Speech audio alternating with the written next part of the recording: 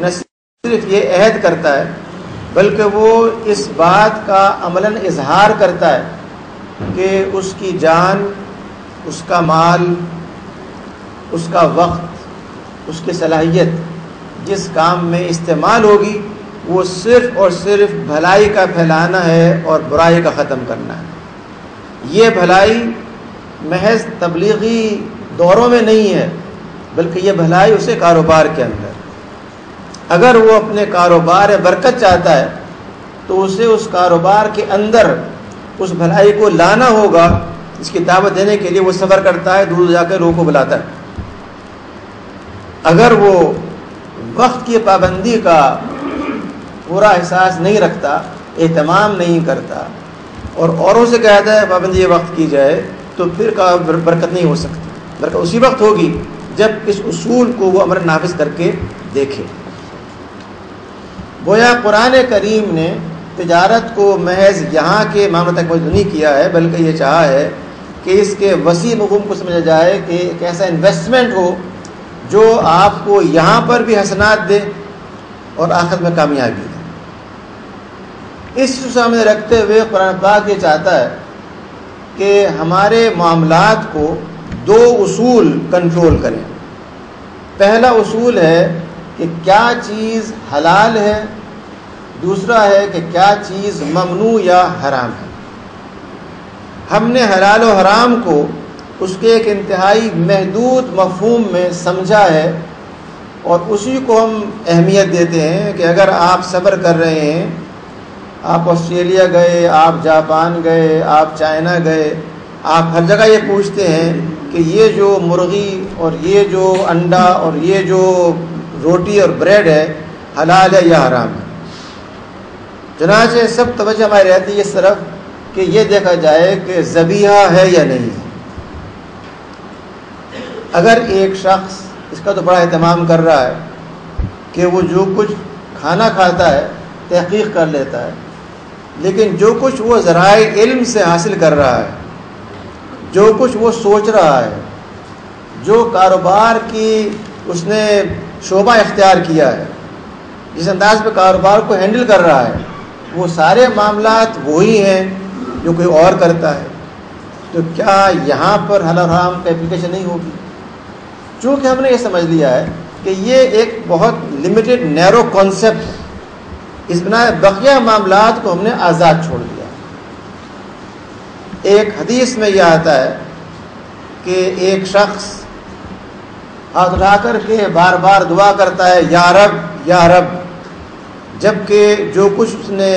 جسم پر اپنے صرف کیا ہے بطور غذا کے، جو پانی وہ پیتا ہے،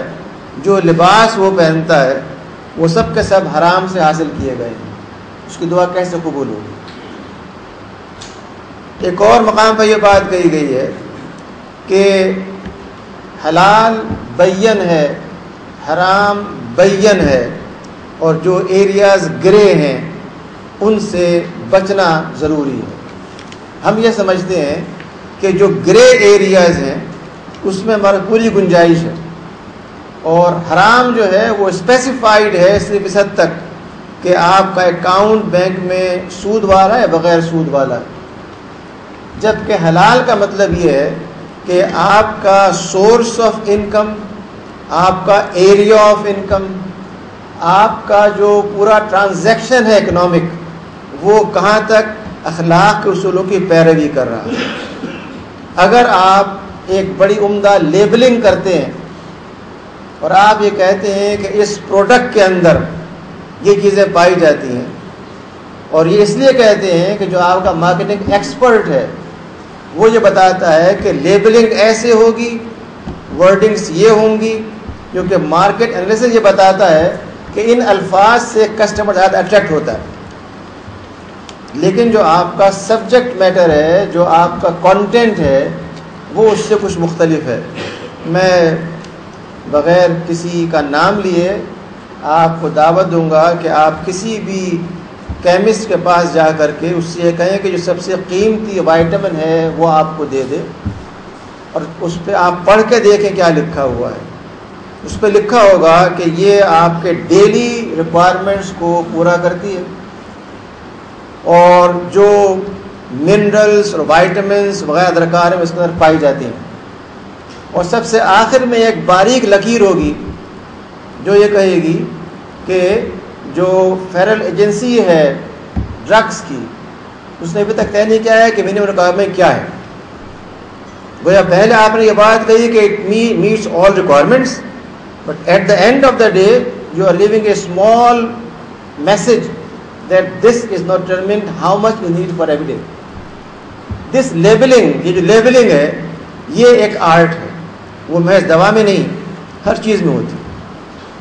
اگر آپ ایسا کر رہے ہیں تو حدیث کی روشنی میں یہ ایک جھوٹی شہادت ہے, یہ گاہک کو دھوکہ دینا ہے, یہ اس کے حق کو غصب کرنا ہے, یہ اس کو مس گائیڈ کرنا ہے. چنانچہ حدیث سے معلوم ہوتا ہے حضرت والسلام تشریف لے جاتے ہیں اور آپ ایسے چیزوں کو جیسے گندم یا کوئی اشیاء فروخت ہو رہی ہوں اس میں ہاتھ ڈال کے دیکھتے ہیں کہ جو چیز اوپر ہے وہ اندر ہے کہ نہیں. اس کا مطلب یہ ہوا کہ جو کچھ آپ نے لیبلنگ کی ہے اور جو اس کا کانٹینٹ ہے کیا وہ وہی ہے یا اس سے مختلف ہے. حدیث شریف میں آتا ہے کہ اگر تم کو ایک جانور کو بھی ذبح کرنا ہو تو اس کے لیے تیز ترین آلہ استعمال کرو. اگر آپ اس کے الفاظ پر غور فرمائیں گے تو یہی سمجھیں گے کہ اس کا مطلب یہ ہے جہاں کہ ذبح کیا جائے, لیکن جو اس کا مفہوم ہے وہ بڑا واضح ہے کہ آپ شارپسٹ آبجیکٹ یوز کریں. اگر آپ آرگومنٹ کر رہے ہیں موسٹ اپروپریٹ آرگومنٹ, اگر آپ کوئی فروغ کر رہے ہیں quality assurance, excellence and perfection. گویا حدیث پر جب غور کیا جائے تو یہ معلوم ہوتا ہے کہ اس کی اپلیکیشن کسی ایک مقام پر نہیں ہے بلکہ وہ چاہتی ہے کہ بے شمار ایریاز کے اندر اس کو اختیار کرتے ہوئے اس کی تطبیق وہاں پہ اختیار کی جائے. میں عرض یہ کر رہا تھا کہ یہ دو بنیادی تصورات جو قرآن کریم نے ہم کو دیے ہیں, ایک کا تعلق حلال سے ہے اور ایک کا حرام کے ساتھ ہے, اس کا دائرہ کار بہت وسیع ہے. چنانچہ ایک شخص اگر یہ سمجھتا ہے کہ حلال کا مطلب یہ ہے کہ لباس محض ایک وضاقتہ کا ہوگا تو وہ تقویٰ کا لباس ہے, اور اگر کوئی اور وجہ ہوگی تقویٰ کا لباس نہیں ہوگا. اگر کوئی سمجھتا ہے کہ لباس کا مطلب یہ ہے کہ ایسا لباس ہو جو پھٹا پرانا ہو اور اس سے اس بات کا اظہار ہو رہا ہو کہ آپ ایک بہت ہی خاکسار قسم کے انسان. قرآن کریم یہ کہتا ہے کہ تمہیں کس نے اس بات سے روکا کہ وہ زینت اختیار کرو جو زینت ہم تمہاری اتاری ہے, جو خوبصورتی دی ہم کو, جو لباس تم پہننا چاہتے ہو. اگر تم مسجد جا رہے ہو زینت اختیار کرو. یہ نہیں کہتا کہ آپ مسجد جانے کے لیے تو سب سے گزرا لباس ہے وہ پہن لیں اور آفس جانے کے لیے لباس بدل پہن لیں. یہ جو قرآن پاک کی اپروچ ہے کہ کیا چیز حلال اور کیا حرام ہوگی وہ محض چند اشیاء تک محدود نہیں ہے, بلکہ اس کے اندر یہ وسعت پائی جاتی ہے کہ ایک شخص غور کر کے یہ دیکھے کہ کیا اس چیز کے اندر اللہ تعالیٰ کی بندگی ہو رہی ہے یا اس کی نافرمانی ہو رہی ہے, اس چیز کے اندر انسانوں کا فائدہ ہے یا نقصان ہے. چنانچہ وہ دونوں باتیں جو ہم بار بار سنتے ہیں, اللہ کے حقوق اور اس کے بندوں کے حقوق, ان دونوں کا تعلق براہ راست تجارت کے ساتھ ہے. تجارت سے مراد یہ ہے کہ وہ طرز عمل, وہ ٹرانزیکشنز جن کے اندر ہم نے اس کا پورا احساس پیدا کر لیا. اس چیز کو قائم رکھنے کے لیے جو بنیادی اصول ہمارے سامنے آتے ہیں اس میں سے میں صرف 2-3 کا ذکر آپ کے سامنے کروں گا اور چاہوں گا کہ جو وقت ہمارے پاس ہو اس کو سوالات کے لیے استعمال کیا جائے.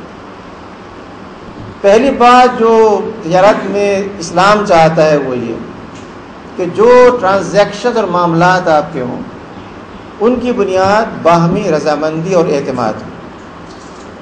یعنی دو پارٹیز جب کوئی کاروبار کرنا چاہتی ہیں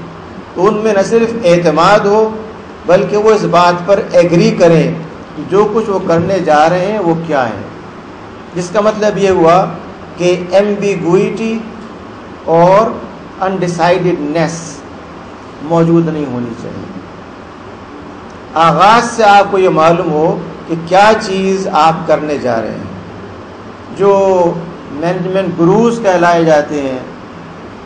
وہ پیٹر سنگھی ہو، پیٹر ڈریکر ہو، وہ اسٹیفن کوے ہو، وہ اور بہت سے افراد ہوں، وہ سب آپ سے یہ کہتے ہیں کہ آپ کو چاہیے کہ آپ کا ویژن واضح ہو اور آپ 3-4 باتوں کا اہتمام کریں، جس میں خاص طور پہ کسٹمر کے حوالے سے یہ بات کہی جاتی ہے کہ اس کو آپ پورے اعتماد میں لیں. وہ یہ سمجھتا ہو کہ جو کچھ آپ کر رہے ہیں اس کے فائدے کے لیے.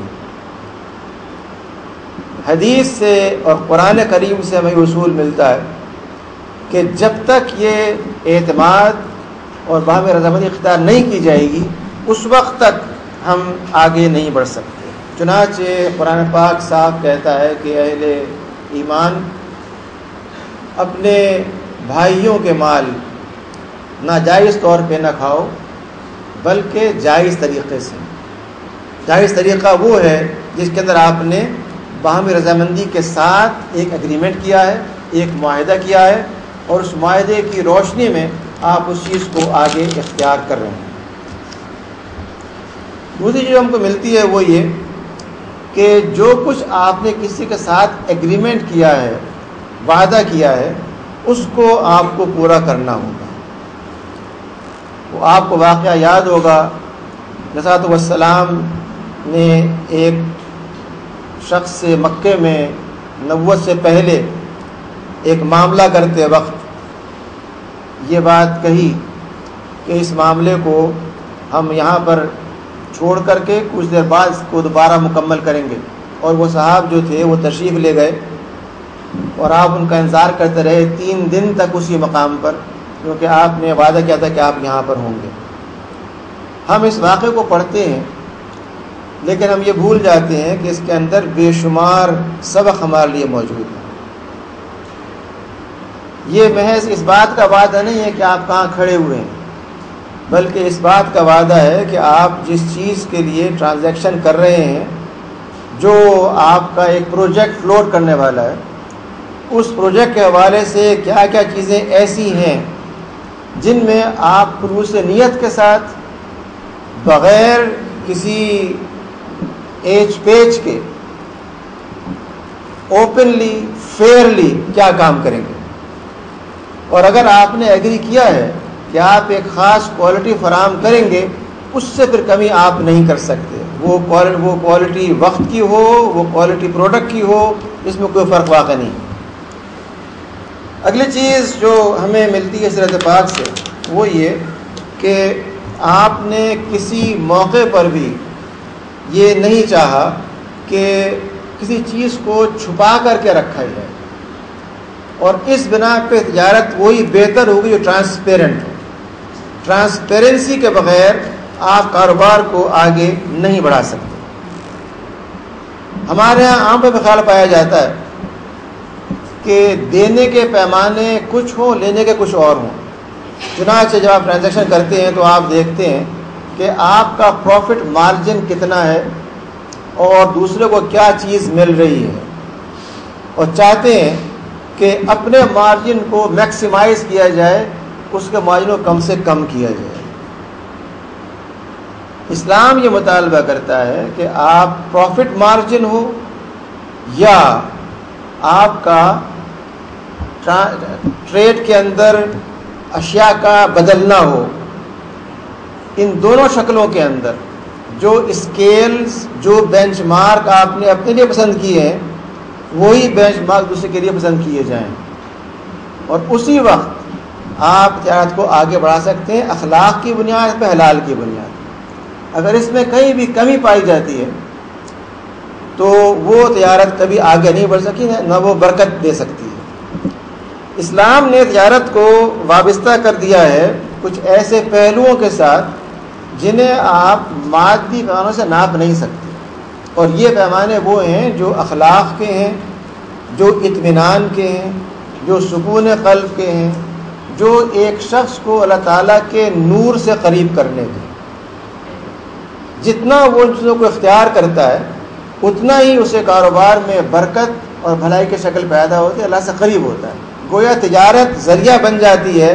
اللہ کے قرب کا، اللہ سے دوری کا نہیں۔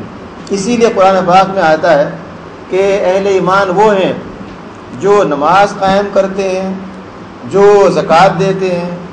جو کاروبار کرتے ہیں، ان کا کاروبار اللہ کی یاد سے غافل نہیں کرتا۔ یہ جو کہا گیا ہے اس کا مطلب کیا ہے؟ اس کا مطلب بڑا واضح ہے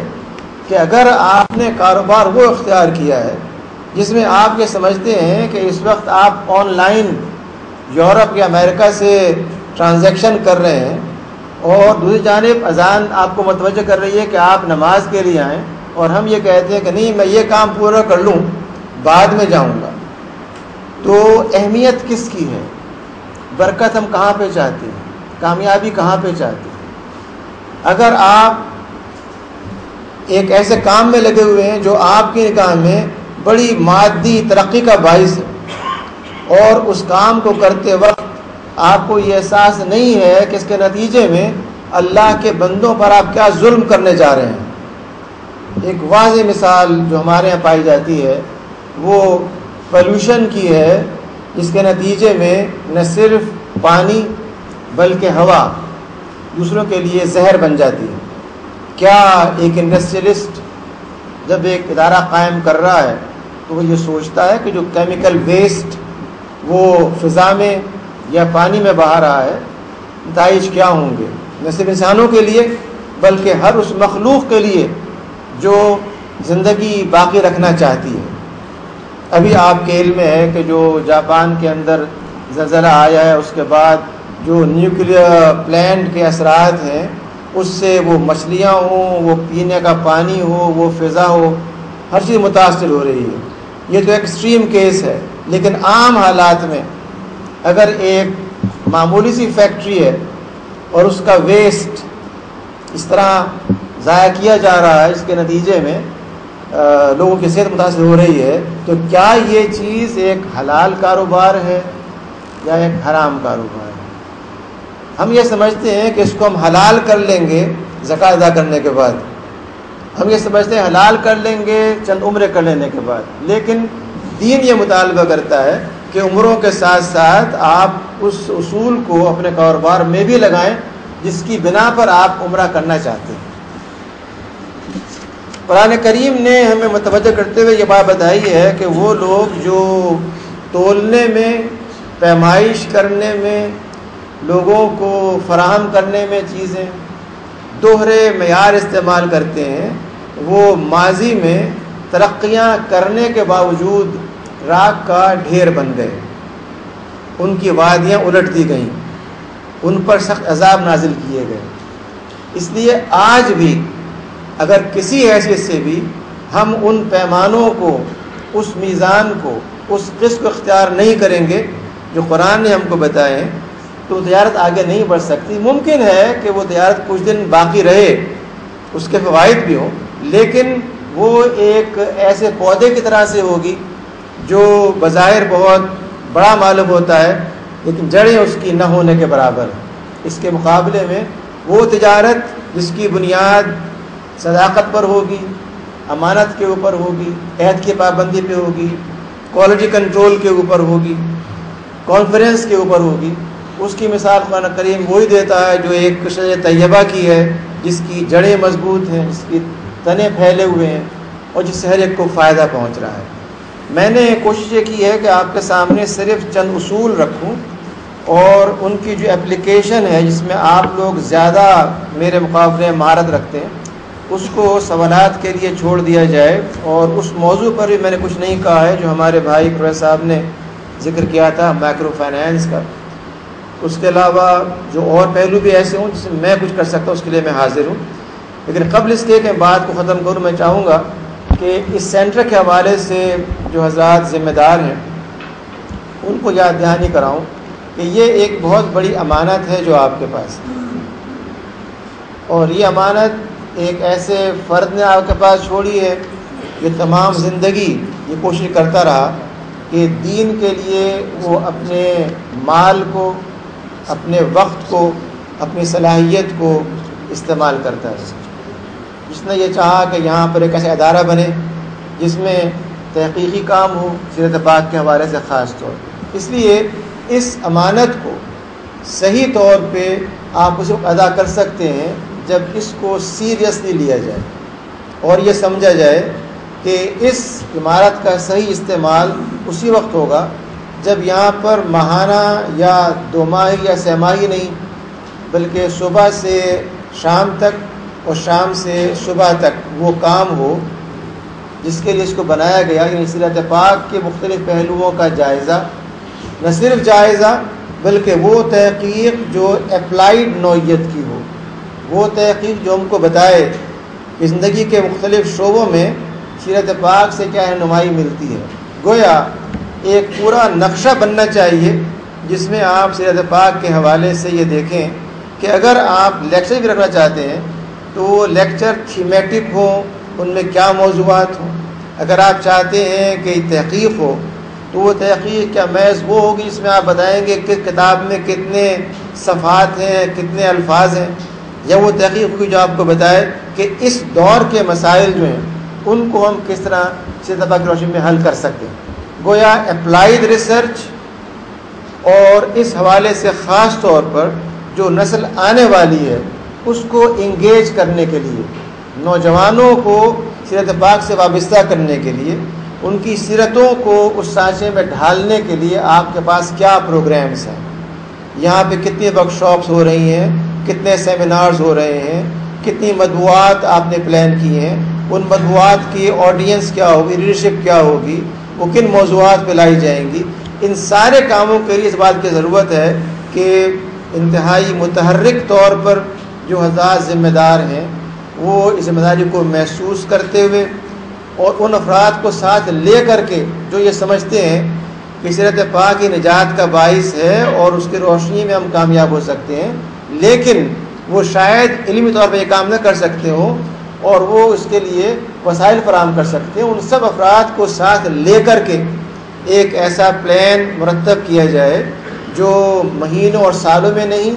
بلکہ ہفتوں میں اپنے کام کو اپنے پاؤں پہ کھڑا کر سکے. اس حوالے سے جو کچھ میں کر سکتا ہوں اس کے لیے ہمیشہ حاضر ہوں، اور میں چاہوں گا کہ جو ذمہ دار افراد ہیں وہ اس پہ غور کر کے نقشہ بنائیں، اس پہ مشورہ کیا جائے اور پھر مناسب افراد کو انگیج کر کے اس کا صحیح استعمال عمل میں لایا جائے، ورنہ یہ ایک بہت بڑی امانت کے ساتھ زیادتی ہوگی. واخر الحمد للہ رب العالمین. بہت شکریہ. یہ آپ کے سامنے محترم ڈاکٹر صاحب احمد بحثیت تاجر پہ گفتگو رکھ رہے تھے. اب اس صدارتی کلمات کے لیے میں محترم نعیم جوید صاحب کو درخواست کروں گا اور اس کے بعد جو دوست سوال و جواب کی نشست میں شریک ہونا چاہیں وہ تشریف رکھیں. ابھی صدارتی کلمات کے لیے محترم نعیم جوید صاحب.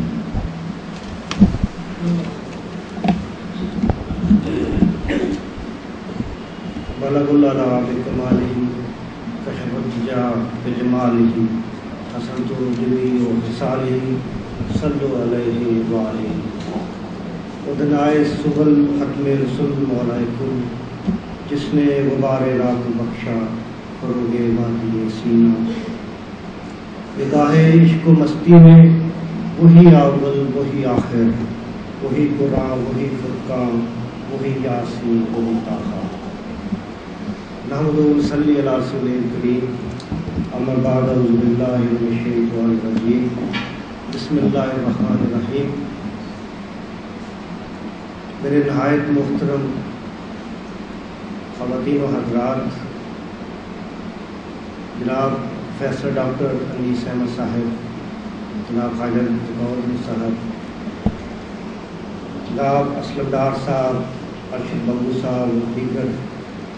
معززین اکرام. ڈاکٹر انیس صاحب نے بہت بنیادی باتیں کی جو کہ ایک بزنس مین کو اسوہ حسنہ صلی اللہ علیہ وآلہ وسلم کی روشنی میں اپنی تجارت کے اندر مد نظر رکھنی چاہیے. میں نے بہت ساری اس موضوع پہ گفتگو سنی ہے بہت سارے فنکشن میں، لیکن ڈاکٹر صاحب نے کچھ ایسی بنیادی باتوں سے ہٹ کے بھی جو آج کے دور میں تجارت کے اندر جو لوگ کاروباری یہاں دوست بیٹھے ہیں ان کو علم ہے کہ ناپ تول اور کوالٹی جو کہ کسٹمر کے ساتھ طے ہو اس کے مطابق کمٹمنٹ کو پورا کرنا، اور خاص طور پہ یہ سوچنا کہ جو بزنس ہم کر رہے ہیں اس بزنس سے ہمیں ذاتی طور پہ تجارتی فائدہ تو ضرور ہو رہا ہے، لیکن اس عمل کے ذریعے سے سینکڑوں انسانوں کی جانیں تو خطرے میں نہیں پڑ رہی۔